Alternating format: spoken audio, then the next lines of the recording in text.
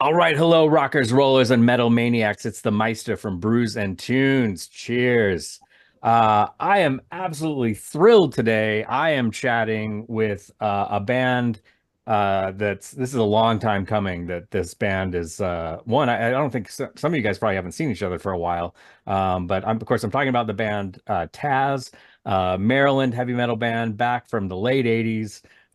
They have a new release or rather it's old material that's finally seeing the light of day for all of us metalheads.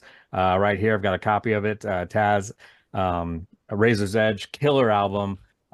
Anyway, I'm super excited. I'm chatting with several of the members, as you can see. Of course, I'll do a quick introduction of you guys. If you can just maybe like wave as I say your names. So I've got George Dimitri on bass. I've got John Sennett, drummer. Of Hey, course, Carl Peck, aka Taz Von Holm, right? I got that right. That's correct. That's my All right.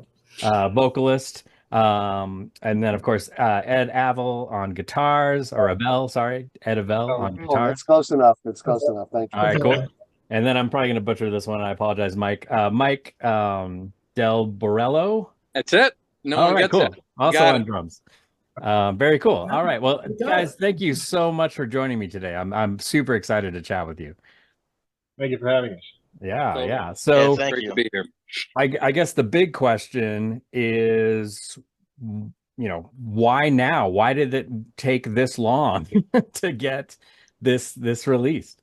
I mean, no offense, but I mean, just yeah. I mean, it's such killer stuff. It's We're amazing. a It's been 30-year, sitting. we're 30 years in an overnight sensation. That's why. How do you not know that? Nice. I guess this thing I guess started. George would It probably was take me. this one Yeah, since he made it happen. yeah. I was on Facebook trolling around, and Heaven and Hell Records had posted something about a release by a band called Mariah. And they were a local Baltimore band at the time we were all playing, and I made a comment about, hey, yeah, we shared the stage. So Jeremy runs Heaven and Hell messaged me and said, oh, what band were you in? I said, well, I was in Taz. And he said, did you guys have original material? I said, yeah, I have original material. And he said, well, can I hear it? I said, sure. So I sent him the music and he liked it. And we started talking and he said, I think we can release this. It would be cool. And here we are.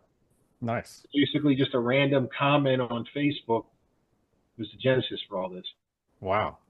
That's really cool. That's amazing. I mean, that's that's the positive of social media. Social media, as we all know, can be kind of hell, but it's nice when it can reconnect and rekindle and create something, that probably would have still been sitting on a shelf and never released, or maybe years down the road. So it's cool that that actually happened kind of by chance. But yeah, I love to hear that. That's really cool. And especially because it's just, I mean, this Yeah, album, this is stellar. Yes, it is, isn't it, guys? George got in touch with me, and it so happened that I had both reels in the closet that had been sitting there for 30 plus years. Wow. The first incarnation of the band, the second incarnation of the band, and I sent them to George along with a bunch of pictures and that type of thing, and he took it from there. Jeremy baked the tapes, and they remastered everything, and I'm just amazed at how great everything sounds. Yeah, yeah, that was I was gonna say that the sound is fantastic. I mean, it's amazing to think, that these are demos, and these demos, remastered sound better than some people's albums. I think there's especially Like, from that era, I think there's probably bands that would be very jealous to hear this and go, what, those are demos? yeah, when I heard the CD for the first time, all I'd ever heard was cassette tapes that we had had made. And Mhm. I can't remember how much we spent on this, but I don't think we really spent a lot of money. I think we just got lucky and worked with good people that had good recording. And Yeah. I mean, maybe George can touch on that. I can't remember how many tracks. Was it It 16 was Tim tracks at maybe? Basement Floor, wasn't it? both of Was it these, Tim or- at Basement Floor? Basement Sorry, floor. Carl. Yeah, it was Tim, Miss Kim, and at Yeah. Basement Floor Studios. Yeah. Yeah, and he's still I- around. I- He's still, I recall being in the basement. Oh, I Huh? can't talk over. Sorry. Right. I was going to say, I recall being in the, of course, No, it was you're Basement good. Floor. I remember being in the How many studio. tracks? It's 16 tracks. Yeah. That's what I thought. Because he was Those using studios. VCR tape, Was- right? It was, Were we 16 tracks with Karen and Laurie though? I think so. Or Because were it was we 8 8 tracks tracks? on drums. The tapes you sent me, the reels were just for the second incarnation. You didn't send me the original ones, and I reached out to SSP Studios, and they didn't have them. They said they were stored in a flood or something. Oh wow. They took Okay. the original. I had uploaded the original songs off cassette back in like 2000. I had a guy do it for me, so I had the songs as MP3s. So I sent them those, and they were able to remaster, which is basically some compression, some EQ, and some de-essers and some noise gates and stuff just to clean it all up. Awesome. But they did take the original tapes from the '89 version, and they baked the tapes, which is where you put them in the oven for like 12 hours to slow cook them because they kind of gum up. Yeah. Oh wow. And then they were able to put them in one of those old Fosbecks and do it through there. Oh, that's amazing. That's crazy. That's really wild. Yeah, that's one thing you just mentioned. There's 2 iterations of the band essentially. Mhm. There was the original band. So those tapes that you're talking about, that was the George, that was the first iteration of the band, right? With Karen and Laurie. And then the reel to reel that you had, Carl, that's the later stuff. Yeah, that's correct. Okay, gotcha. That makes sense. Cool. Yeah, so tell me, I'm curious about the kind of the whole beginnings of all of this. The band, that is. So I know, George, you and Carl started the band, right? You were both in Snow White, and Right. and then you started this Yes. in what, 87, 88, around that time? Something like that. Yeah, that again, would be the Go ahead. I'm fuzzy with how we got together with Mike, Laurie, and Karen originally. But I remember there was again, Carl and I talked about this. He can't remember, some manager or whatever named Linda. You remember this, Mike? Do you remember this person? She was some kind of think manager so. on the local scene. I can't remember her last name. And it's Yeah, killing me neither. I was trying to scratch and look People always at call- everything because I know I met you guys through Karen, but I can't remember how the heck we were connected with Linda. Right. But that's how we all got I together. think Yep. I think Mike and Laurie were already a unit in Mike's basement, if I'm correct. And I mean, I know. George and I Yeah. somehow stumbled upon. I mean, it was a blessing because, we had 2 guitar players and a drummer and a bass player and a vocalist. It was, it was a complete band all of a sudden. Mhm. Yeah, and so you mentioned, so of course Laurie Price and Karen Kreutzer, am I pronouncing that right? Kreutzer. Right. Kreutzer. Yeah. Kreutzer. Okay, Kreutzer. We're both on the 2 Kreutzer. guitar players. And Yeah. okay. And Mike, you said you met the band through Karen, right? Yeah. Karen and I worked together at Safeway part-time for years, and we just That's what get it together in the basement and jam. And, she'd bring her guitar to work. I And it's like, remember this now. yeah, it's ridiculous. It's like she'd bring like a violin music to work. We'd go on break, and I was like, "How the hell do you play this shit? Violin music on your guitar?" It was ridiculous. And Wow. we'd always used to jam a little bit, and we had breaks. We'd go to Venemans at the time before Guitar Center, and just kind of hang out there. And me and my mediocre air drum self would try to figure out how to play the drums. But she was just amazing. And then I met you guys through her. Nice. She was amazing. I'm sure she still is. Yeah, and I wish we could find her. She's like MIA. It's ridiculous. I've tried for years to find out where she's at, but no luck. yeah, I know she I joined. think we may have found an address, but she totally dropped off. Karen, before we got together, she had won the Hot Licks guitar concert Yep. contest in the DC area, and Laurie Price was as well a really solid guitar player. Karen was friends with Marty Friedman Yep. of That's right. Cacophony and Megadeth fame. And I think Marty was like an army brat or something like that. And somehow the two of them hooked up, and he would share tabs with her of some of the guitar stuff he was working with, which is how we were able to get the one cut that we re-recorded of Hawaii's version of Somebody to Love. Yeah. But if you listen to Karen's solos, you can hear that Marty Friedman, even early Steve Vai, and those type of I don't know, do you call them Asian type, chord progressions? Exotic is good. But she was, yeah, I mean, and we're not even just talking about the first incarnation. Ed and Junior are equally as incredible guitar players as Karen and Laurie were. Yeah, so definitely. I don't know how George and I got so lucky to be able to play with I don't know. such quality musicians. We did it. We were. And the Yeah, two I was just starting out, so I was just still finding my way. Mike and John had totally different backgrounds. Mike was like, what were you, like a jazz type drummer, but heavily into the DC go-go music scene? Oh yeah. And Yeah, John is just got my, a hard hit. I still got my buckets in the garage, hitting the buckets, and I got my conga downstairs. The hell, I'm drunk to playing, but yeah, it's just amazing. But always got rock and thrash in my veins, so I'll play whatever. I can figure it out. And John was just a straightforward, hard hitting, solid metal, hard rock drummer. I mean, it just it's. I'm listening to these tapes and I'm hearing things that I didn't hear in 87, 88, 89, 90. Yeah. Yeah. It's really great music. I mean, that's one thing. I mean, it just kind of takes you right back to that era. I mean, it's just fist pumping, good, upbeat, fun.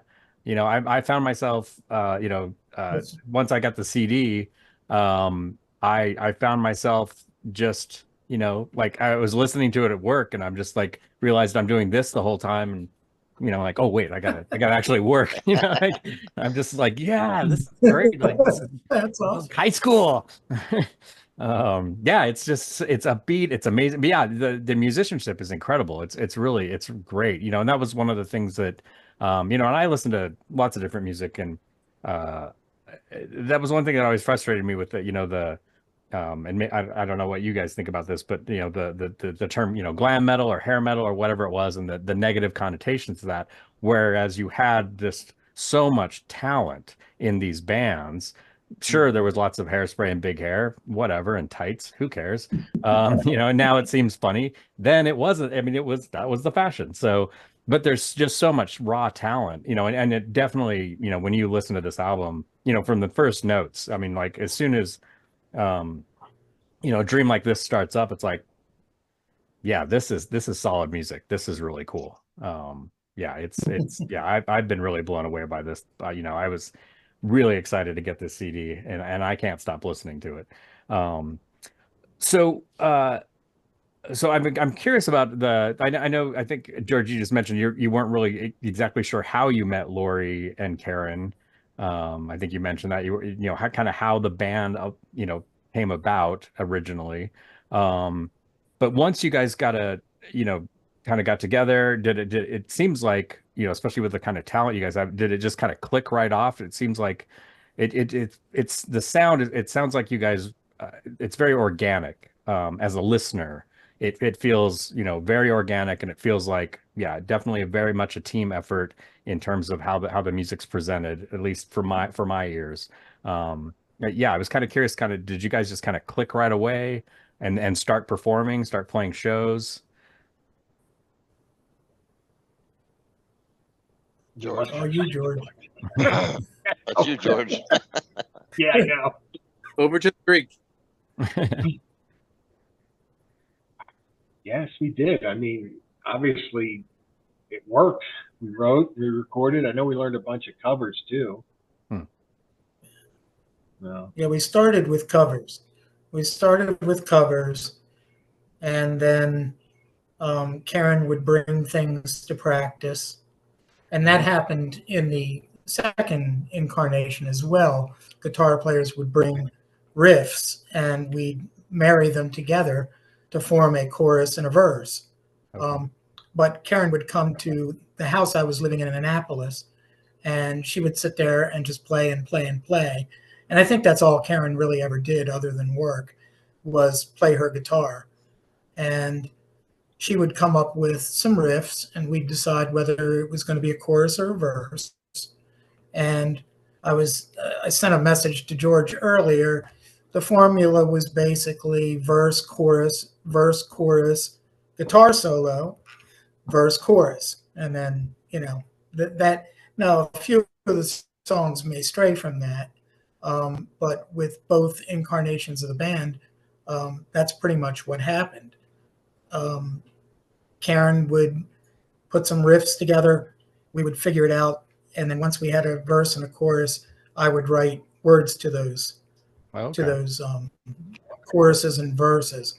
And Ed and Junior in the second incarnation of the band, they'd either bring it to practice and we'd have like a full band, even without words, and I would record it.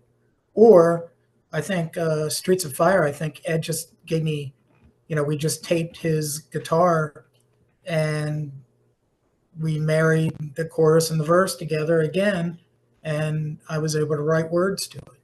So, this band clicked. I mean, it didn't matter who the musicians were in the band. It just clicked. We were very blessed to have found each other. Yeah. Okay, Yeah. I'll shut up now. Yeah, you can definitely hear that on the CD. Just like I said before, it just perfect. It just clicks. Yeah, I and mean, we had local bands and Kicks went national, but we had bands like Kicks playing, Child's Play, um, were a big band in the Baltimore area. Mercy, Mystic Force. We had a lot of really good talent in the Baltimore D.C. area. So these clubs were filled with a lot of competition. Hmm. I listened to CD, and I played some I was in a band, and they were like, "You guys should have been right up there on the stage at Hammerjack's opening, or doing that with some of these other bands." And I said, "You have to understand, that takes money, management, etc. Things that we didn't have." yeah. But we made some good music, and it's obviously stood the test of time. Yeah, So yeah, definitely has. Yeah, I mean, yeah, it's testament. somebody else jump in and talk. Yeah, no, I agree. I totally agree with you. I think, yeah, I think it's just listening to it. I think it's a testament to the talent you guys have, and kind of, it's too bad that it was such a short-lived band, really. And kind of surprise a listener. It's surprising that it was a short-lived band because it sounds like, to my ears, it sounds like, seasoned professional musicians. So it's pretty amazing to think that this was kind of this very short-lived time period. Well, we got eaten alive by the market too. I mean, the fact was that the market kind of set the pace, and then the grunge thing started. We were definitely not Yeah. that, Yeah. and I don't think any of us ever considered that as an option. Even now, as a cover band hack player, I don't like playing that crap because it just reminds me about how it was the death of musicianship. And Carl's right. I mean, the fact is the one thing I can say about it, and for me, my story is a little bit different because this was the first good band, real band I was ever in. The chemistry was real beyond just the playing. I mean, we all became friends before we even, at least in my experience, became friends before we played together, right? We had to know that we were on the same page about a lot of things because we were not the same as players, not even close. We had different backgrounds, different styles, different things, but the fact was our focus was definitely aligned. Like that when we met, you know, I had with my experience joining the band was very simple and quick, but it certainly worked out because I think the chemistry was obvious and my growth as a musician was tremendous by joining the group. So I was given a voice. They accepted it. It became an integral part of what we did once I was a part of it. I don't think the vibe ever changed. And that using a modern word. I don't know what word we would have used then, but I don't think that ever changed. But the fact was we were all definitely were on the same page. Yeah. And so that part was easy. Really, it was easy. Finding chemistry like that was easy. Yeah. Yeah. It's just that's the cool. music, the music world changed. We didn't. Yeah. It did. Yeah, and it seemed to change so quickly too. It was like, you know, at the time, you know, looking back, it felt like it was overnight almost. It was even though there was probably writing on the wall and there was a lot happening, you know, at that time, but it just seemed like there was this huge shift all of a sudden. Oh, I would say, and I don't want to, you know, stand on a bucket here and preach, but the fact is that we enjoyed it. Our music was fun. I mean, sure, we talk about things about, you know, life and love and the stuff everyone does, but we weren't angry. We were Right. never angry, right? And I think music got angry, and that was never going to be us. It's still not me. I don't, you know, in my knowing these guys as well as I do, I don't believe that to be true for the ones that I've certainly worked with. We were never angry about it. Yes. So I think it just kind of it it lost us more than we lost it. I think more than anything. Yeah. Yeah. Was that actually do you think that was so that's really what kind of killed the band was just that switch of the sound that, you know, the whole grunge scene? Was that really what, you know, do you think, or I Damn mean, Kurt that's as good a Cobain. reason. damn Kurt Cobain? Well, it's as good. I mean, it's as frankly, that's as good a reason as any. I think Yeah. we found each other later than we probably could have. Like again, I was a latecomer and I had big shoes to fill when I kind of showed up, and I think I think that was a significant. You know, Karen had great reputation as a player, and for me, as just a garage guy who just spent his time as a technician, this was a huge change, right? And playing with these guys who had far-reaching expectations for playing, I was too late. And if I had been more prepared, I think I could have helped things move more quickly than they did. But like Carl said, we were caught in the shuffle of a lot of really good bands when the world around us was changing. And I mean, it was the band had great success locally as far as I mean, I found them according to a local ad that was purporting great musicians, and within that ad also had all these polls about the best bands, and Paz was on so many of those groups. It was hard for me, you know, it is hard for me now to quantify why it might not have worked out at this point, but I can tell you at the time, looking back, we just didn't see it coming, and when it did, we were all. I mean, what do you do? Because I'm not going to change who I am. These guys are not going to change who they are, Right. right? So, you know, I would never call that garbage a renaissance. And I'm sorry for all the folks that listen to this that think grunge is good. It's not. It's a death of musicianship, and this band was built on that. So, I mean, from my experience, it was. So, that was it. To me, that was it. What came after us was very depressing. Like Ed said, they were angry. Our music, even if you get into thrash, if you get into things like Exciter, or you get into all these other much heavier bands, they were still having fun. Right. They were still it was upbeat, it was happy, I mean, look at people like David Lee Roth. I mean, I think a lot of people that played with him thought he was a complete, jerk, but he had fun. He enjoyed life. You look at the bands that came after 1990, and these guys, they just all they sung about was how bad everything was, and it it totally changed music for a long time. Yeah.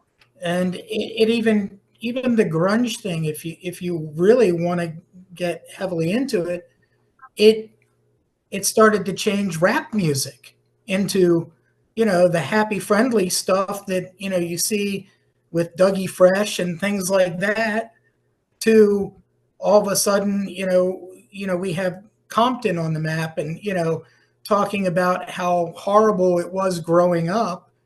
And, it just, and I think it really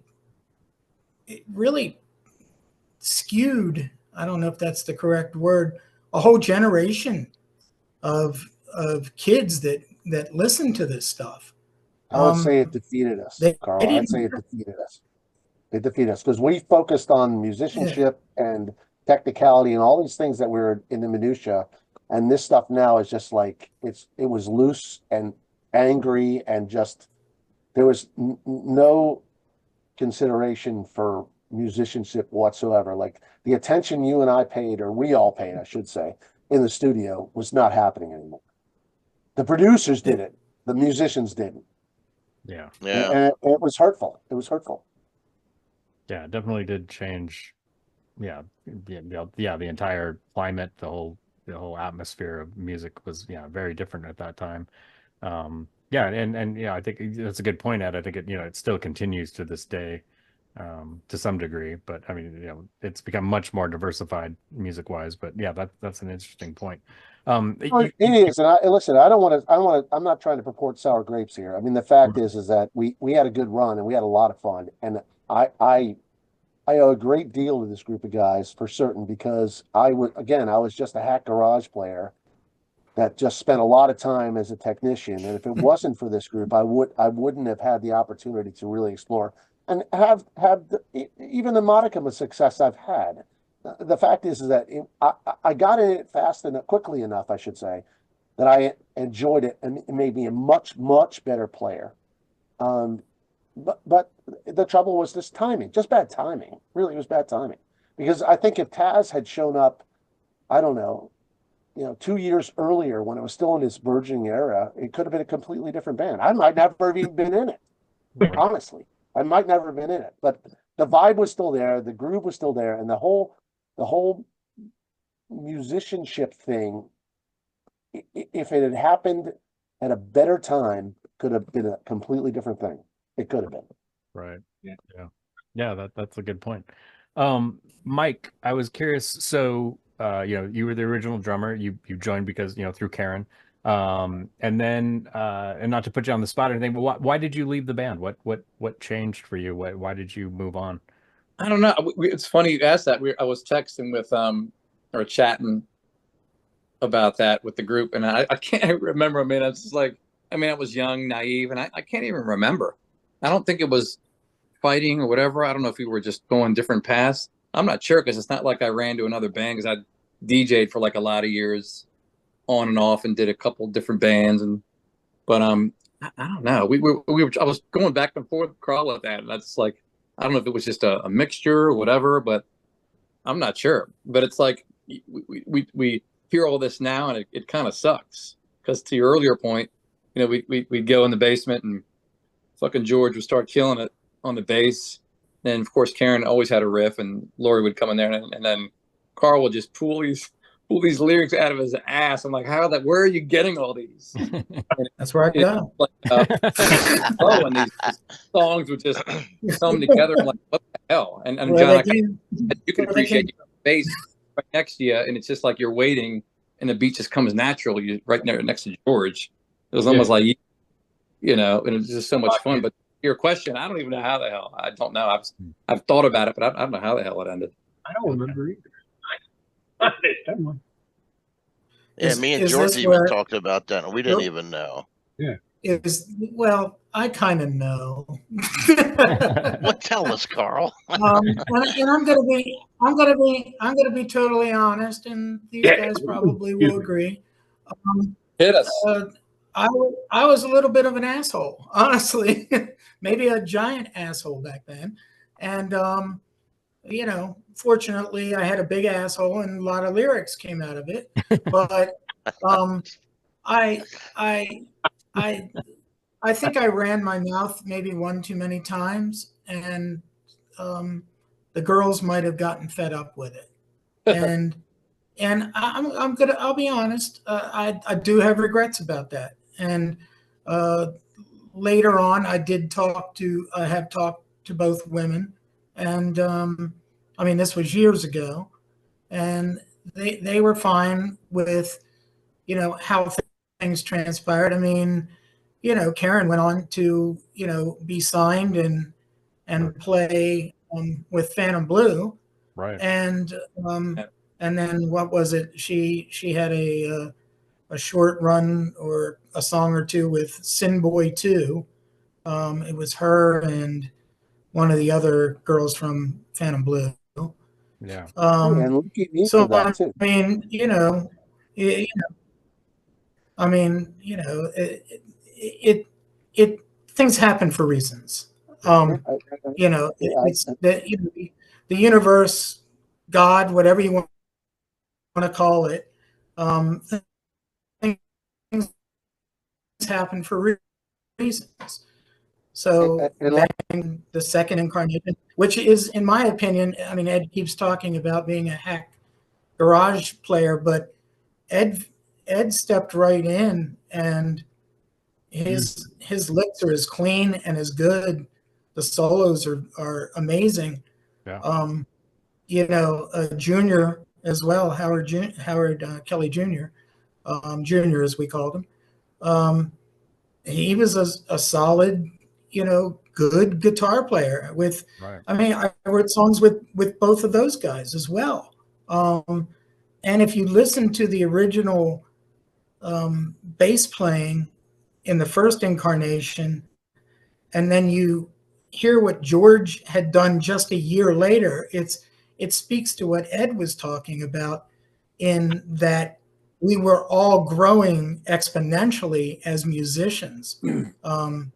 George's fills and runs and things like that. And George was tight with John, and he was tight with Mike. I mean, the rhythm section was down. Yeah. So it made it easy. I mean, it just made it easy. Yeah, I got to say, I mean, not for nothing, but I'm pretty grateful that Karen was gone, because I wouldn't have had the opportunity if she wasn't, right? So, Right.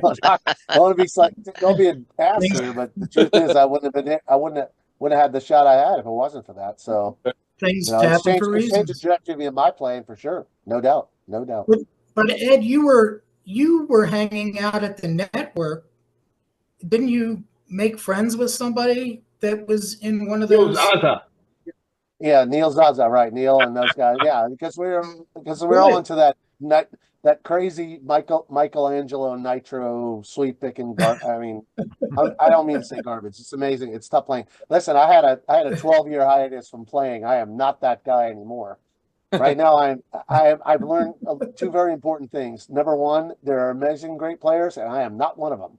So, but I learned a lot of humility along the way. But the fact was, yeah, in those days, yes, it was a integral thing about being, I don't know, whatever Karen was innate great at, I had to figure it out on my own. But again, if it wasn't for this band, I wouldn't have found that path. I wouldn't have discovered that side of me that could have been, well, that was really, frankly, that was like that kind of player, a technical player that could stand among the likes of Karen Kreitzer, who frankly is a very well-respected player.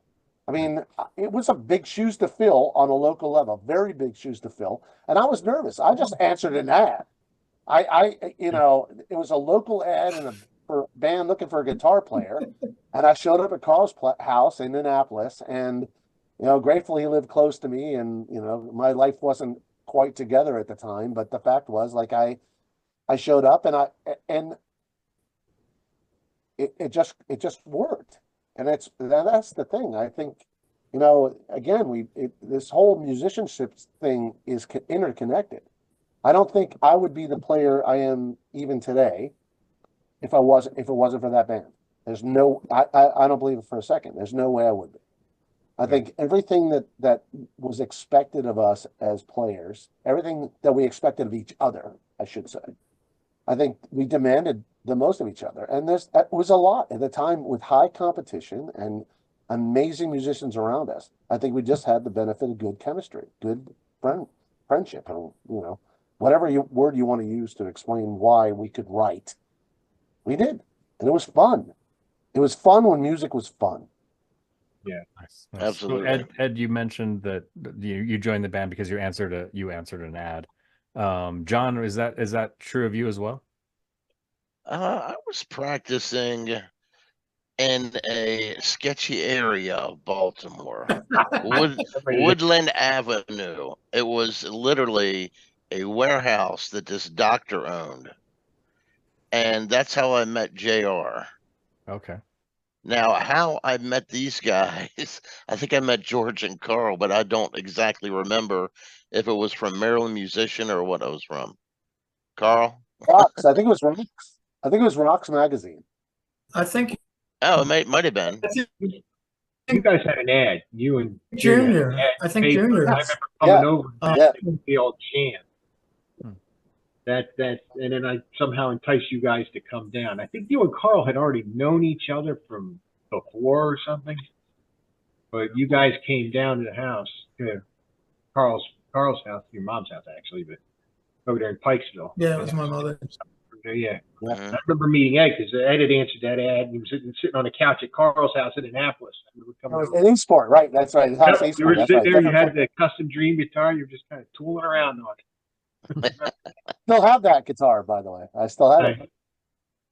Nice. Sorry, I just forgot what I was going to ask. I still have my microphone too. From that time era. Don't find SM58s around.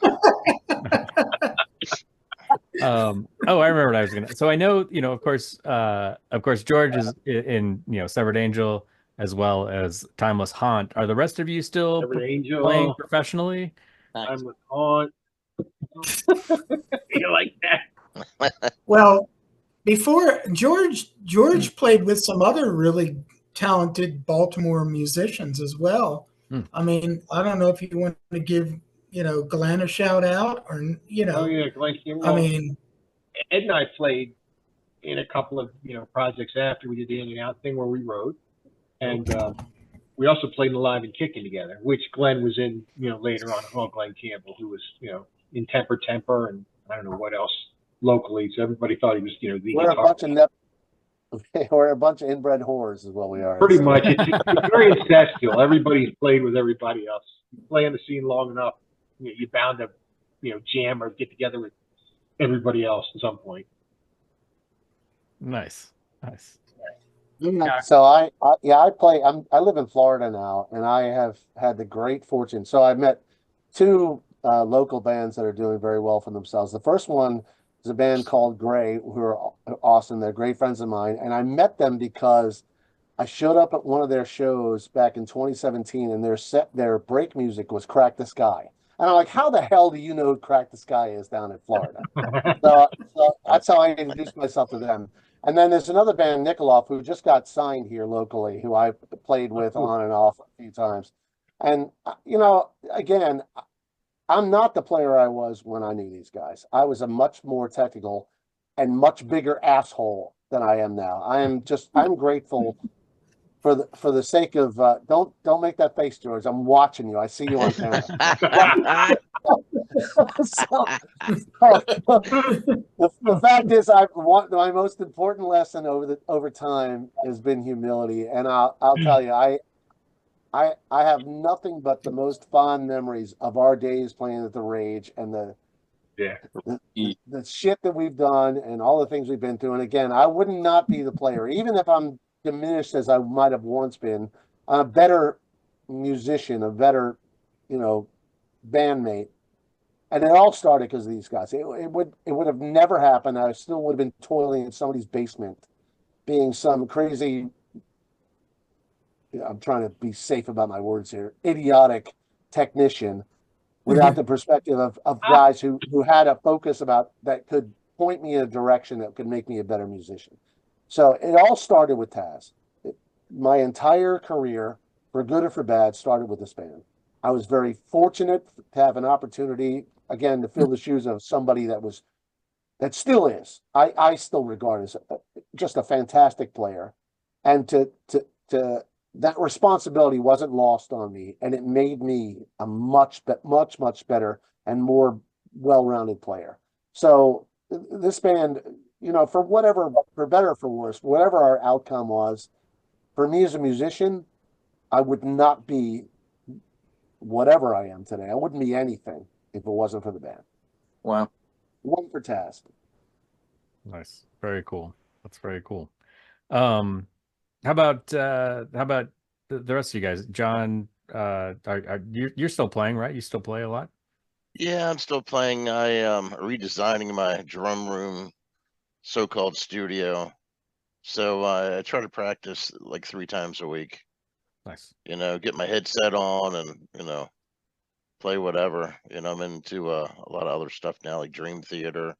Oh, cool. But I still like the old stuff like Doc and Lynch Mob, Queensryche. Love Queensryche. Yeah. Right on.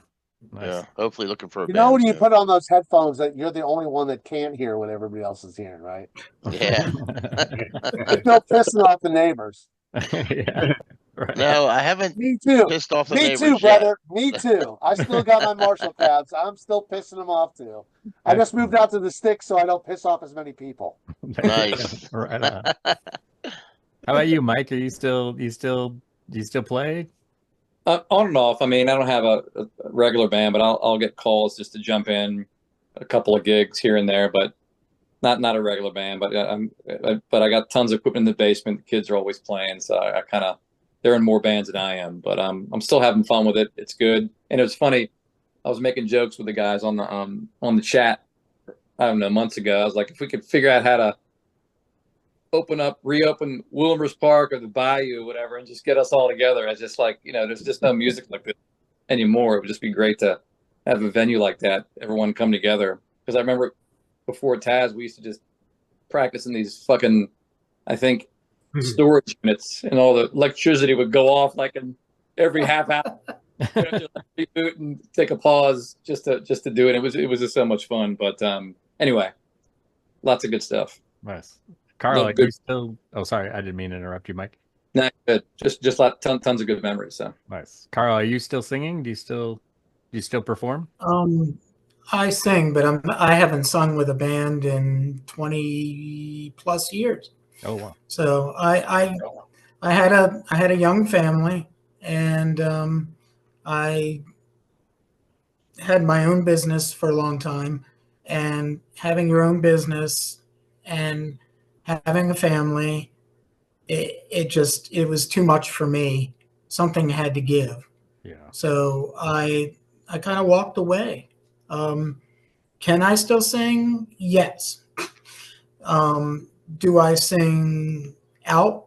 No, I don't even do karaoke or anything like that. Oh, wow.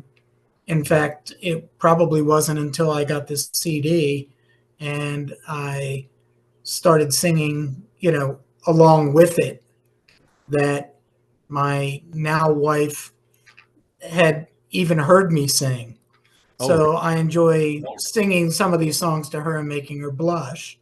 And because some of them are rather misogynistic. Big leather jacket. No, they're not, bro. They're not, bro. And They're my- about how shit should be. And you wrote the song for me.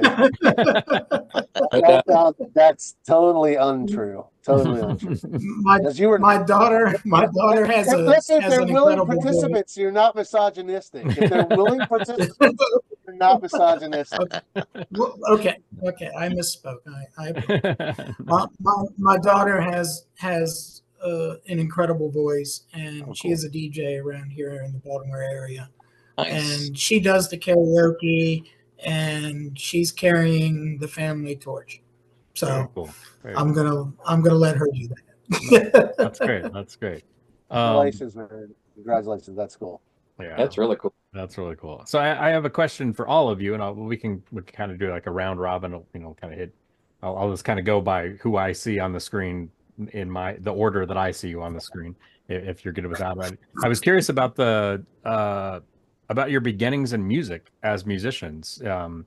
Did you come from musical families? Kind of what was the impetus for you to get started in music, and then specifically to get started in heavy metal and hard rock? So maybe we'll start with you, Mike. Yeah, sure. Yeah, definitely. I think my mom was a big advocate of music. She still is. I mean, she's in a nursing home now, but she's always had music playing in the house. I remember I couldn't wait to buy my first album. I think I got the double Donna Summer album, but I used to buy all my 45s at this place called Memco at the time. I still have a bunch of 45s, and then just fell into drums. My uncle played, and I just found it fascinating how the hell these little fucking 4-piece, whatever he had, it's Roger's old drum set, which he ended up giving to me, could just shake the whole room and just set the tone of a song. And I just self-taught myself, and I just didn't have the money to play lessons, and and then I ended up playing through elementary and high school, and just did the jazz band, and did the old buckets with the go-go bands, and played the circuit, and just never looked back. It was always, music's always in the blood. I still DJ on and off to this day, not like probably your daughter, Carl, but just on and off weddings for friends. I used to do it in clubs and on and off. But yeah, music's good. It just, you're having a bad day, you got to have music in the blood. But Yeah. but to your point, yeah, I think my uncle and my mom started me out with the music, and it'll never go away. Very cool. What about you, Ed? What about you? Okay. Well, it's been a part of my life really for as long as I can remember. Taking my dad to the train station, sleeping on a pillow on the back of their station wagon with an Afghan my grandmother made. The first station wagon in the 70s that had speakers in the back. So all this 70s music just like inundated me. And I played saxophone for a long time until it was stolen. And so after that, all I had was guitar. And the Beatles are the first thing I can remember, because all this kind of, they're the original prog rock band, right? So I've always been a kind of a prog fan. That's always been kind of my band. But then Yngwie kind of changed my life, right? So I'm still kind of a neoclassical player. I don't know. I guess I steal from everyone. I'm the world's biggest thief as a player. I hear things and they inspire me emotionally, and that translates to, I pride myself even now, again, not the skilled player I once was, but playing without looking, because the neck is like an extension of my body. So I just like tones and sounds and things that inspire me. Man, King's X is just the band that fucking blows my mind every time, right? The harmonies, like three dudes make that much music at one time. It's unfair to the rest of us. It really is. Yeah. Right. So it's just crazy. But again, I really, as a player, I don't want to understate how important this band, how important Taz was to my development. Because I'll tell you, I was just a kid in a garage with a guitar and an amp. And it didn't matter who I sounded like or who I pretended to be. It wasn't until I was asked to be me that it mattered. And ever since then, it's changed everything about me. So, not to sound like, kind of a weird pundit here, but the fact is that it wasn't for Taz, which totally opened my door to everything else, and why I love playing live so much. It's Taz. Taz, is the reason why I am the player I am now. I was a kid in a candy store with given the option to play, to eat whatever the fuck I wanted to eat. And so I did. Nice. So that's it. Very cool. I love it. That's great. How about you, Carl? I started early. I had a high-pitched voice. I was a soprano one. I sang with the Baltimore Boys Choir. Went on to the Children's Chorus of Maryland. With the Children's Chorus of Maryland, I sang with the Baltimore Opera Company. I was a very befitting street urchin in Puccini's La Boheme. I went into musical theater. I sang in church with my good friend Ursula. And my sister is 10 years older than I am. So I had been listening to, as Ed says, the Beatles, but then the Stones, and then the Yardbirds. And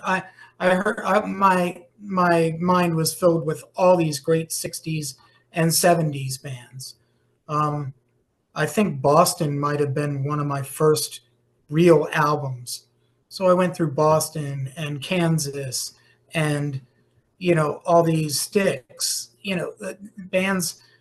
But slowly I started getting into more into the punk scene, started with the Clash. It went all the way to things like COC and Great Britain hardcore and that type of thing. But while I was going through that, again, you've got bands like Megadeth starting and Metallica starting, and I think I mentioned Exciter, Queen's Reich, the first album there, listening to Jeff Tate sing. That was my mind-blowing experience.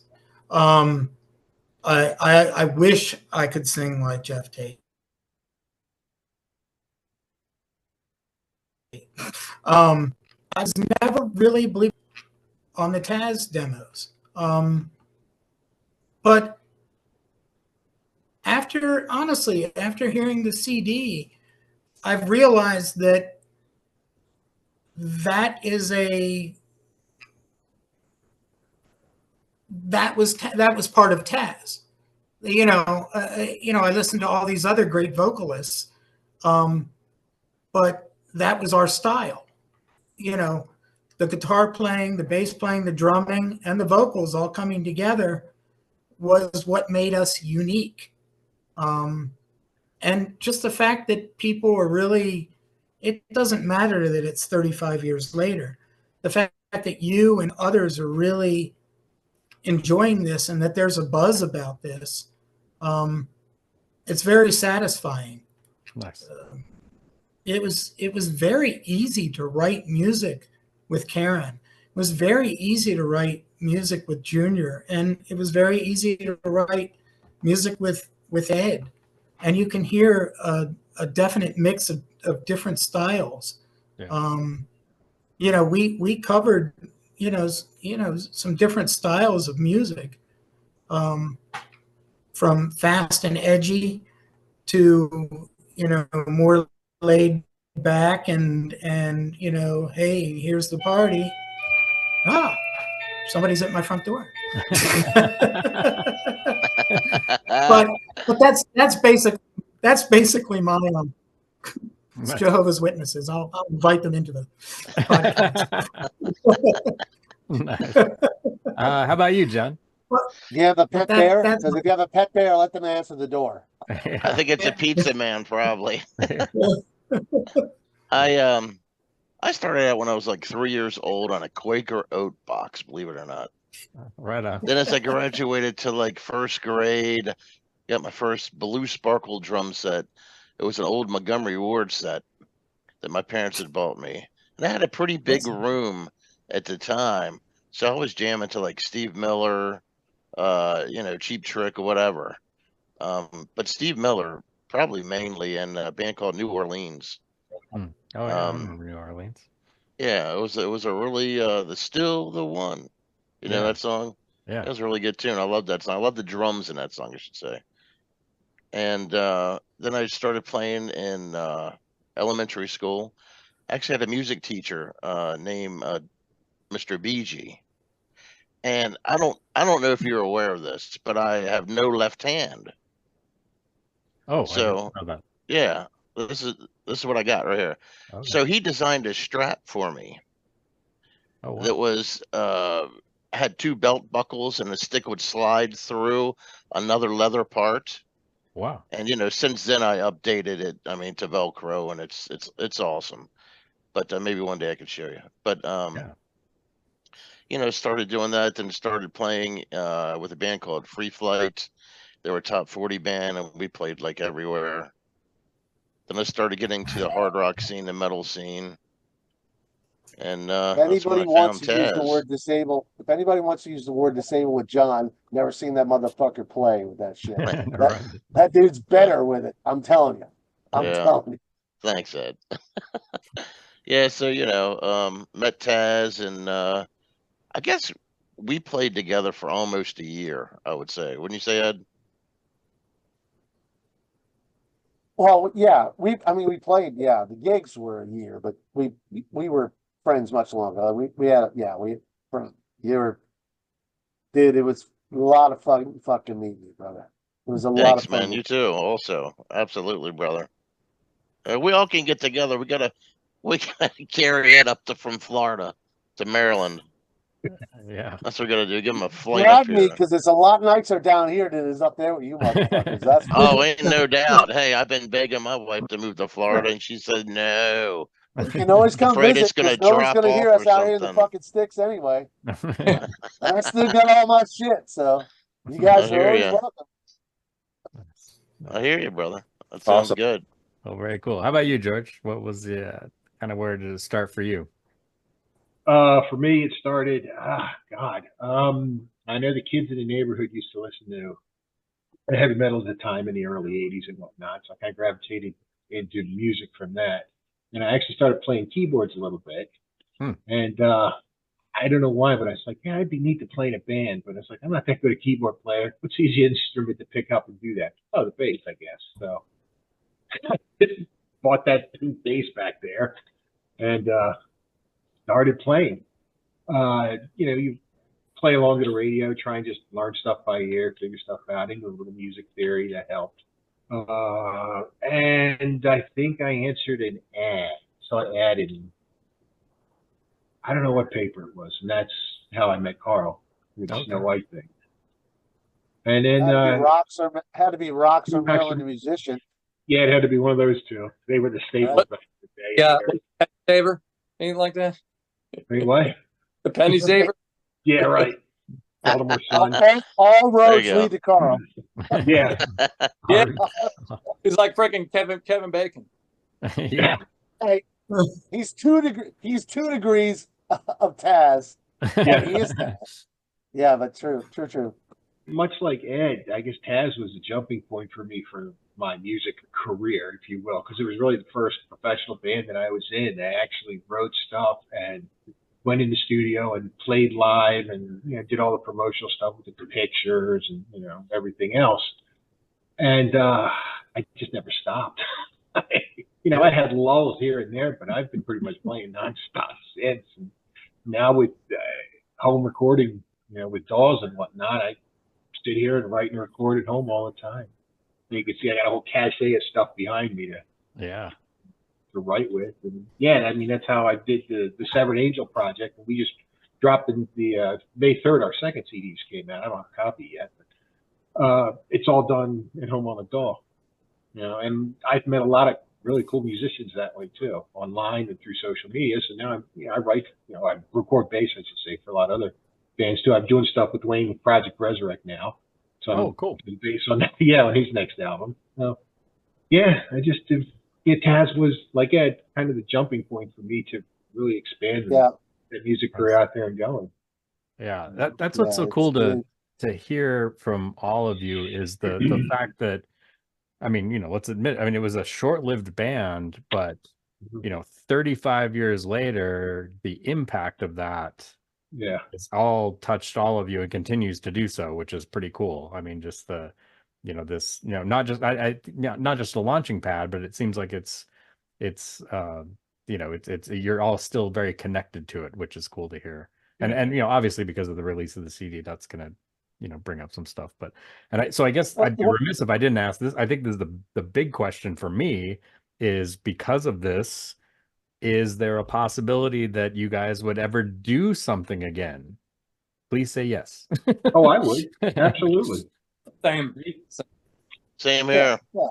Yeah, of course. Of course. I mean, Yeah. it would be a lot of fun, I think. Yeah. It'd be a lot of fun. It totally would be.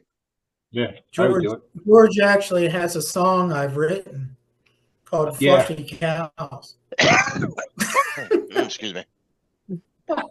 Yeah, Carl sent me something. I'm trying to turn it into a song. For the Nice. record, It's- there's a better it's- chance of that it's- shit happening down here than there is anywhere else. But I well, that's wrote because it, yeah, I wrote it's it more ironic. for fun. Well, don't be pissed off because the weather's better. Weather's way better down here. But no, I will say, it's a non-market. It's a non-market, and we for this band, for this group of guys, it would be easy to find a gig because there wouldn't be competition. Nobody. The trouble would be, it wouldn't get the exposure or the interest that it deserves, aside from who I know. And that's the problem. It would be much better for us to play at home, right? Someplace where people that know us could see us again. Right. I'm not gonna lie, this place is starving for good bands. I've already named probably the only two, or some of the two that are amongst the better ones. But I would play with these guys anytime, any place, anywhere. Just give me enough time to save my pennies so I can afford it. But I would play with them anytime. Listen, like I said, this is the foundation of everything that's been my musical life ever since. I'm not gonna deny that truth is truth. So I miss them. I miss all that stuff. It'd be amazing to do it again. Of course. Nice. Yeah. Anytime, any place. Yeah, I think it would be amazing if there was a Taz reunion show, and even some new music. Just putting it out there. So, yeah, that's very cool. That's very cool. I love that. That is great. Well, gentlemen, this has been an absolute pleasure chatting with you. So for those of you watching, if you look in the description below, I've got a link to the Taz Facebook page, and then also you definitely want to pick this album up, Razor's Edge. You can get it from Heaven and Hell Records, and I'll have a link to that as well in the description below. But yeah, just killer stuff, especially if you love just upbeat, heavy rockin' 80s metal. I mean, you need this album. It's I have thank you again, George, for sending it to me. I've been listening to it nonstop. I listened to it twice today alone. It's fantastic. It's one of those albums that finishes and I just like, let's start over again. That was excellent. So yeah, just killer stuff. Yeah, every song is a gem. It's just, yeah, there's no filler. It's just straightforward, heavy rockin' stuff. I love it. So George, John, Carl, Ed, Mike, thank you so very much for chatting with me today. This has been an absolute pleasure. Thanks, Thank Victor. you. Appreciate Thank it. you for having us. Yeah. Good to see you guys. Yeah, You too. you Really good. Really good time. Miss I all just you. want, Good seeing I you just guys wanna again. know- Good seeing you. I just want to know what's your favorite song of yours, Victor, on the album? Oh, that's a great question. That's a tough question. Well, I love the title track a lot. Razor's Edge, I think, is a fantastic That's my song. favorite. That Yep. one really swings. It's a good I one, love right? the That's a good opener. song. Yeah, I love the opening track, the Dream Like This. I really like Cross My Heart is also a killer song. And that It's one my almost has daughter's favorite. like a Poison kind of vibe to it a little bit. But then Yeah. then you get like the last song, the don't always get what you want. That's almost that's like on the verge of like thrash. That's like Yep. fast and heavy and Yeah. punchy and like so I didn't answer your question. You asked me what my favorite song was, and I gave you four. So but yeah, it's one of those albums where, you know, I listen to a song and I'm like, oh, this is my favorite song. The next song comes on, I'm like, nope, that's my favorite song now. So I really That's don't know, cool. but I kind of, I guess I just for simplicity's sake, I do gravitate towards the title track a lot. So I really like that song a lot. That's just a great track. Awesome. Yeah.